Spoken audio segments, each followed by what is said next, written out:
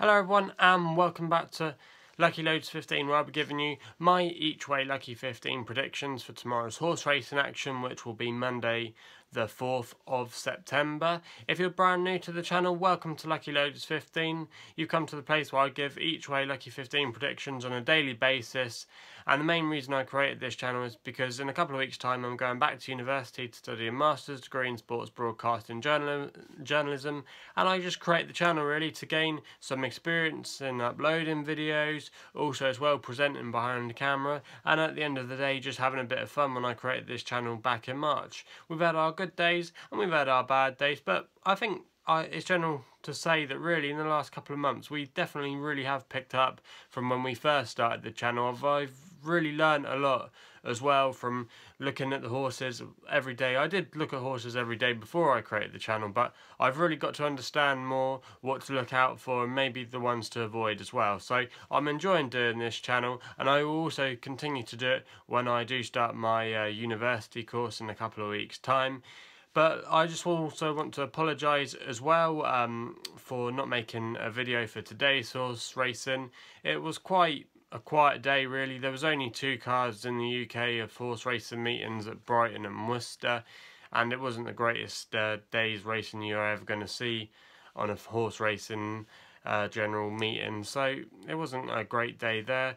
But we did, on Twitter, if you don't follow us there, check us out at Lucky15. We did come up with a double. In the end, one of those legs became a non-runner anyway, and my nap, which would have been today, was white chocolate, but finished in 4th place at Brighton in the end, and was never likely to win that race. So, all in all, it was a bit of a disappointing day today, but hopefully we can bounce back tomorrow. But on Saturday anyway, I'll just reflect on that, because that was the last vlog we made. It was a good day. We had 2 places and a 9-1 winner with Masham Star. About time that horse bounced back to winning ways. We backed it last time when it ran at Chelmsford, and it was unlucky not to win that day. But it put in a good performance on Saturday night, winning at 9-1. The other horses that placed for us were Breakable at Chester, which ran not too badly, was always prominent throughout the race. And then the other horse we selected was at Sandown, Nathra, and again kind of similar story. He was never going to win, but always was ridden well by Frankie Dettori, and in the end came in 2nd place. So if you add those 2 places together and the 9-1 winner, it was a bit of profit in the end. And we've actually been doing fairly well recently, especially with our longer odds selections. Odds of probably more 7-8-1 have been coming in for us more than the shorter odd horses that we tend to back, so that's quite interesting there, because normally when you take a look out, I find, and you do your research when I'm doing the research for these vlogs and that, you always see like an 8 or 9-1 horse, and you always go with your gut instinct, and normally it pays off when you see a horse at that kind of price, because you're always looking for that one that you think is just slightly overpriced and could definitely make the frame and run a good race. So we've been doing alright from that angle so far. But anyway, enough of me talking a load of rubbish.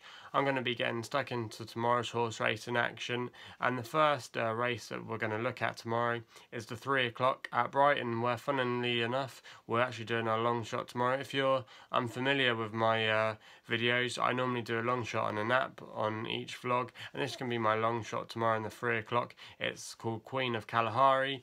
Currently a 10-1 shot with bookmakers at the moment, trained by Charles Hills, who's a respected trainer, and this is a Godolphin runner tomorrow. Godolphin, we all know, are good top class operation, and Callum Shepherd will be taking the ride tomorrow. Will be able to use his £3 claim. Now this horse had been progressing nicely, but the last 2 starts have been slightly disappointing. Last time though, you can definitely forgive Queen of Kalahari. It was on soft ground at Leicester, and the conditions definitely didn't suit, and also as well it was over 6 furlongs, and I think tomorrow this horse with the drop back to 5 furlongs could definitely be in with more of a chance tomorrow. Also as well, the conditions should be more in this horse's favour, and I thought at 10-1 tomorrow he could definitely pick up from a couple of runs ago where he was running really well and bounce back, and could definitely make the frame in this race tomorrow. So a 10-1 with bookmakers at the moment. I think that's not a bad price there, and he could potentially be the market mover in that race in the day. So that's going to be my first selection to kick us off there. We then go over to Ripon tomorrow in the 340, and the horse that we've backed here is a horse called Arzaak, which is trained by Chris Dwyer. Sylvester de Souza takes the ride tomorrow, and Sylvester has been riding this horse a couple of times recently where it's been running well in defeat, placing on the last two occasions, running off a mark of 85, still quite a young horse as well, only 3 years old, so there's a lot to like about this horse. The conditions will be more suitable for it tomorrow because last time out it ran at Yarmouth on soft conditions where it probably wasn't ideal.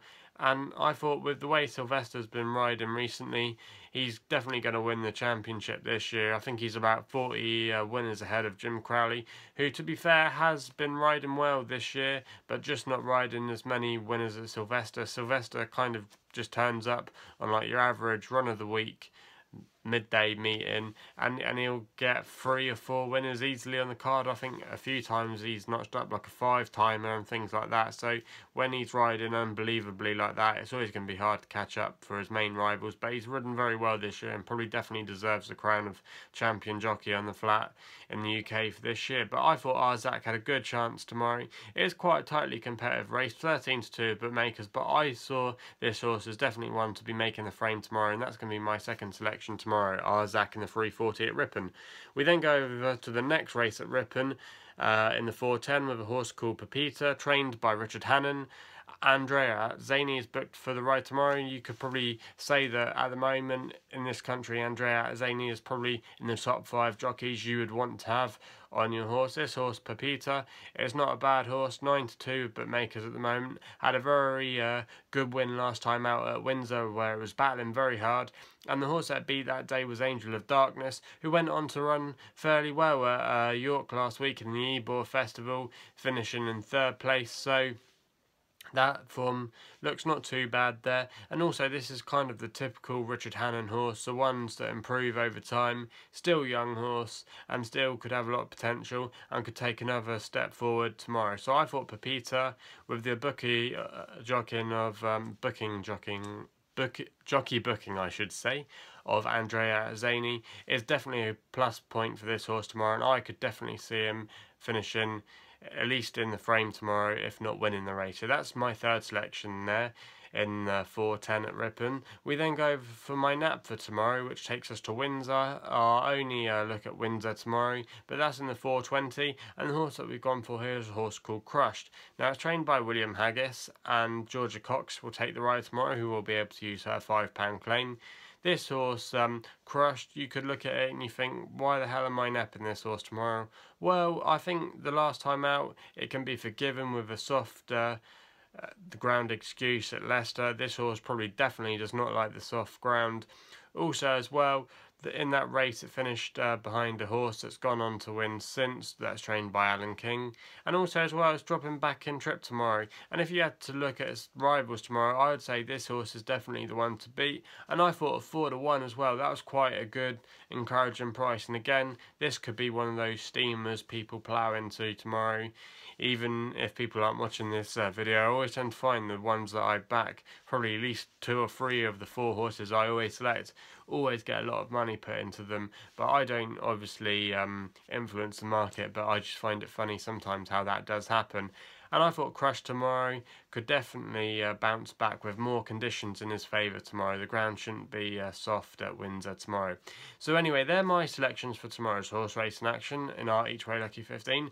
Please subscribe to the YouTube channel here at Lucky15 if you haven't done so already. Also like the videos as well for more horse racing daily content. You can also check out our social media at Lucky15 on Twitter and Facebook. We're more active on Twitter, so that's probably the place to really follow us on social media. So check us out there if you haven't done so already. Also as well, please gamble responsibly. Don't want you losing too much money on my selections. And hopefully we'll have a good day tomorrow and have a few winners.